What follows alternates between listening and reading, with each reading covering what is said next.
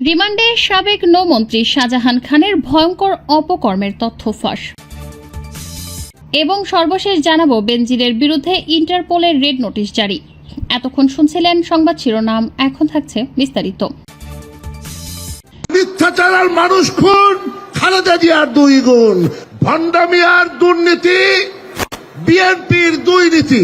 নৌকার বাইরে যদি একজন কোন রকম কথা বলে, ইভেন গলা উঁচু করে কথা বলার চেষ্টা করে, আমি তাদেরকে বলতে চাই আপনাদের গলা আমরা কিভাবে নামাবো সেটা আমরা ভালো করে জানি।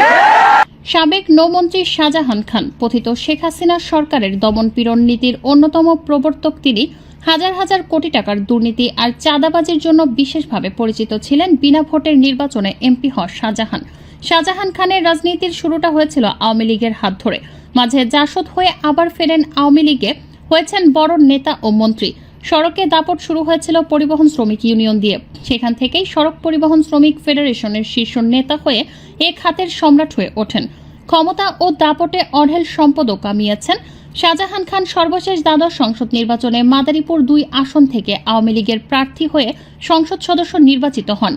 নবম ও দশম সংসদ নির্বাচনের পর গঠিত শেখ হাসিনা সরকারের নৌমন্ত্রী ছিলেন তিনি। একাদশ ও দ্বাদশ জাতীয় সংসদ নির্বাচনে তিনি জয়ী হলেও তাকে মন্ত্রিত্ব দেওয়া হয়নি। তবে আওয়ামী লীগের সভাপতি মণ্ডলীতে আছেন শাহজাহান খান। তিনি বাংলাদেশ সড়ক পরিবহন শ্রমিক ফেডারেশনের সভাপতিও। 2018 সালে রাজধানীর ক্যান্টনমেন্ট থানা এলাকায় জাবালে নূর পরিবহনের একটি বাসের চাপায় 2 শিক্ষার্থী নিহতের ঘটনায় যখন ক্ষোভে ফেটে পড়েছিল সাধারণ মানুষ, সে সময় তৎকালীন মন্ত্রী শাহজাহানের মুখে দেখা যায় হাসি।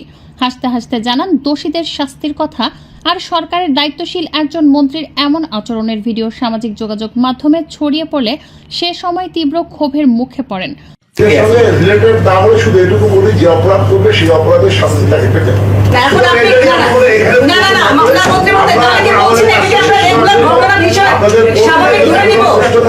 2015 সালে বিএনপি চেয়ারপারসন খালেদা জিয়ার বাসায় বিদ্যুৎ ও পানির লাইন কেটে দেওয়ার ঘোষণা দিয়ে রাতেই খালেদা জিয়ার কার্যালয়ে বিভিন্ন সেবা সংযোগ কেটে দেয় শাহজাহান খান। বিদ্যুৎ বিচ্ছিন্ন করা হয়েছে, আমার শ্রমিক কর্মচারীরা বিচ্ছিন্ন করে দিয়েছে এবং অন্যান্য সমস্ত কিছু তাকে বিচ্ছিন্ন করে দেওয়া। এমনকি খালেদা জিয়ার কার্যালয়ে খাবার সরবরাহ বন্ধ করে তাকে অনাহারে মারতে চেয়েছিল হাসিনার এই দোসর। খালেদা জিয়াকে এমন ভাবে ঘেরাও করা হবে, তার খাবারও আমরা বন্ধ করে দেব, যাতে খাবার নিয়ে কেউ ঢুকতে না পারে। বাংলাদেশ সড়ক পরিবহন শ্রমিকের ছত্রছায়ায় শাহজাহান খানের গোমর ফাঁস হয়েছে। গত 4 বছরে 6,000 কোটি টাকার বেশি চাঁদাবাজি হয়েছে। সড়ক পরিবহনের সংগঠন পরিচালনা ব্যয় সংক্রান্ত নির্দেশিকা প্রণয়ন করে এই চাঁদাবাজিকে বৈধতাও দেওয়া হয়েছে। অভিযোগ আছে সড়কে চাঁদাবাজিকে প্রাতিষ্ঠানিক রূপ দিয়েছেন বাংলাদেশ সড়ক পরিবহন শ্রমিক ফেডারেশনের সভাপতি শাহজাহান খান। ফেডারেশনের অন্তর্ভুক্ত 249 শ্রমিক ইউনিয়নের মাধ্যমে চাঁদা তোলা হয়েছে। এর একটি বড় অংশ নিয়মিত গেছে শাহজাহান খানের পকেটে। ফেডারেশনের শীর্ষ নেতা হওয়ার সুবাদে পরিবহন মালিক সমিতির অন্য প্রভাবশালী নেতাকে সঙ্গে নিয়ে সড়ক থেকে কোটি কোটি টাকা চাঁদাবাজি করেছেন। তার ছিল মাস্তান বাহিনী। বিভিন্ন টার্মিনাল উপজেলা পর্যায়ে চাঁদা তুলে 5 ভাগের 1 ভাগ বাংলাদেশ সড়ক পরিবহন শ্রমিক ফেডারেশনের নামে গেছে। এই ফেডারেশনের সবকিছুই চলেছে শাহজাহান খানের ইশারায়। 2009 থেকে 2020 সাল পর্যন্ত পরিবহন সেক্টরে 12,000 কোটি টাকা চাঁদাবাজি করেছে শাহজাহান খানের লোকজন। এ বাহিনীর কাছে বছরের পর বছর জিম্মি পরিবহন মালিকরা। বিগত সময়ে বিএনপির নির্দলীয় তত্ত্বাবধায়ক সরকারের দাবি সহ অন্যান্য দাবিতে বৃহৎ পরিসরে আন্দোলনের ডাক দিলেই বন্ধ হয়ে গেছে সড়কের যান চলাচল।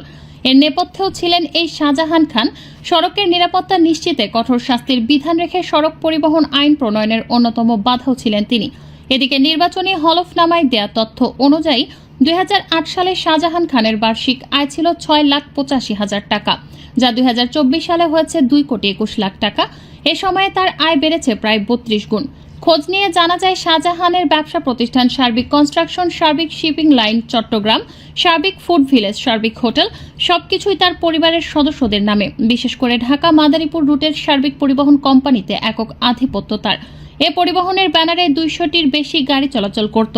এ পরিবহনের ব্যবস্থাপনা পরিচালক করেছিলেন তার ছেলেকে।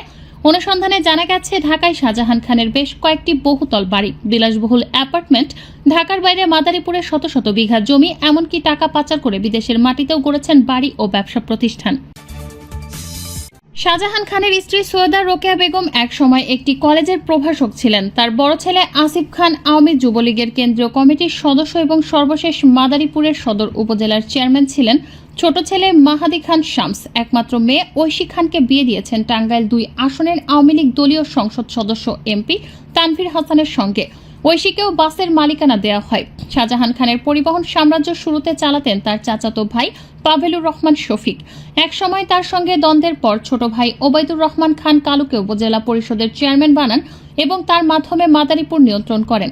সর্বশেষ তার নিজ বড় ছেলে আসিফ খানকে মাদারীপুরের সদর উপজেলা পরিষদের চেয়ারম্যান বানান। এ নিয়ে স্থানীয় আওয়ামী লীগ ছিল ব্যাপক ক্ষোভ। একাধিক সূত্রে জানা গেছে, শাহজাহান খানের স্ত্রী সৈয়দা রোকেয়া বেগমের মাধ্যমে তার অবৈধ অর্থের লেনদেন হতো। এছাড়া তার আরেক ভাই হাফিজুর রহমান খানও অনেক কিছু নিয়ন্ত্রণ করতেন। শাহজাহান খান 2013 সালে গড়ে তোলেন মুক্তিযুদ্ধের চেতনা বাস্তবায়ন মঞ্চ। 2019 সালে মুক্তিযুদ্ধ বিষয়ক সংসদীয় স্থায়ী কমিটির সভাপতি হন। এ সময় তার বিরুদ্ধে অমুক্তিযোদ্ধাদের টাকার বিনিময়ে সনদ পাইয়ে দেওয়ার অভিযোগ ওঠে। 2015 সালে গড়ে তোলেন শ্রমিক কর্মচারী পেশাজীবী ও মুক্তিযোদ্ধার সমন্বয় পরিষদ।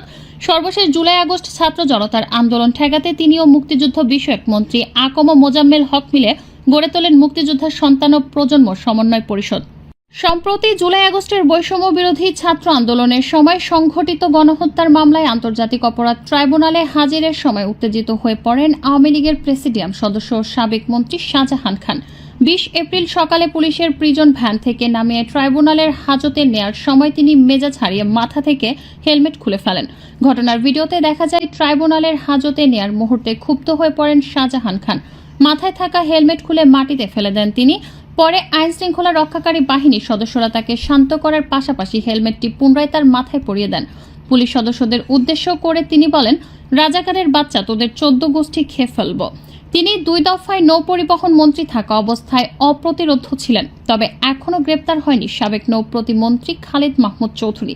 তিনি ছিলেন বিআইডব্লিউটি এর গডফাদার। তাদের দোসররা নতুন রূপে ত্রাসের রাজত্ব কায়েম করার প্রয়াস চালাচ্ছেন বিআইডব্লিউটিতে। এসব লোকজন চাকরিতে বহাল থেকে সংঘবদ্ধ হয়ে আওয়ামী শ্রমিক লীগের নামে বিআইডব্লিউটি এর সর্বস্তরে অস্থির পরিস্থিতির সৃষ্টি করছেন। তাদের সাথে যোগ হয়েছেন কিছু অসাধু কর্মকর্তা। পতিত সরকার আমলে তারা ক্ষমতার দাপট খাটিয়ে একচ্ছত্র আধিপত্য বিস্তার করেছিলেন। তাদের অনেকের নামে দুদক চেয়ারম্যানের দপ্তরে অভিযোগ থাকলেও নেওয়া হচ্ছে না প্রয়োজনীয় ব্যবস্থা।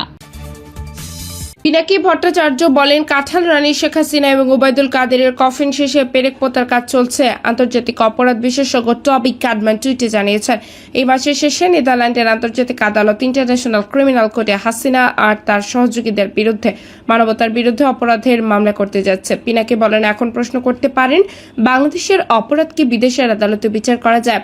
হ্যাঁ যায়, যদি সেই দেশ আন্তর্জাতিক অপরাধ আদালতের যে ঘোষণাপত্র তাতে স্বাক্ষর করে এবং তারপরে তার নিজেদের দেশে সেই অনুযায়ী আইন পাশ করে। আন্তর্জাতিক অপরাধ আদালতের এই ঘোষণাপত্রকে বলে রোম স্ট্যাটিউট নামের রোমা এটা লেখা হয়েছে। বাংলাদেশ এই ঘোষণাপত্র সাইন করেছে আর বাংলাদেশের আইন হিসেবে গ্রহণ করেছেন 2010 সালের 23 মার্চ। এই আইন পাশ করে জামায়াতের নেতাদের বিচার করতে চেয়েছিল হাসিনা, কিন্তু পরে তার সম্ভব হয়নি, কারণ রোম স্ট্যাটিউট ঘোষণাপত্র লেখা হয়েছিল 2002 সালে। তাই তার আগের অপরাধের বিচার এই আদালতে হয় না। পিনাকি ভট্টাচার্য বলেন, এখন আদালতে হাসিনা আর তার সহযোগীদের বিচার করা হবে।